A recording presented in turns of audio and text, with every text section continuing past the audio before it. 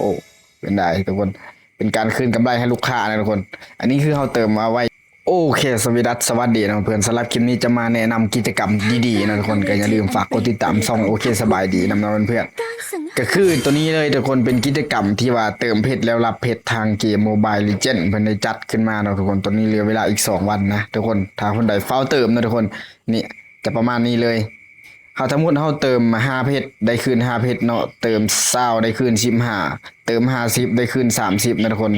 เติม100ได้มาอีก60ดาวออโรรานะทุกคนเติม250ตัวนี้เขาได้เติมไปแล้ว250กดรับปึ๊มโอ้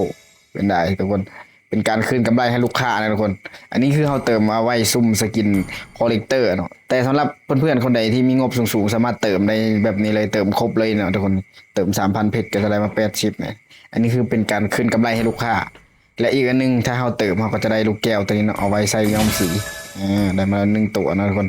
กิจกรรมดีๆในนี้อย่าลืมนะทุกคนสำหรับคนใดที่ว่าเข้ามาก็จะลืมจัดคุ้มนะทุกคนเป็นการเติมเพชรแล้วได้เพชรนะทุกคนช่วงนี้ก็บ่ค่อยได้ลงคลิปอันนี้ก็เป็นสกินคอลเลกเตอร์เข้ามาใหม่นะทุกคนของบาร์มอน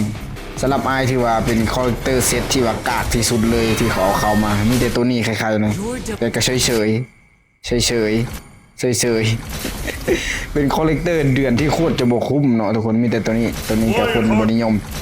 เดือนต่อไปจะเป็นสกินของอากัสนะทุกคนนี่ตอนนี้เขามีอยู่1,000 ดาวละ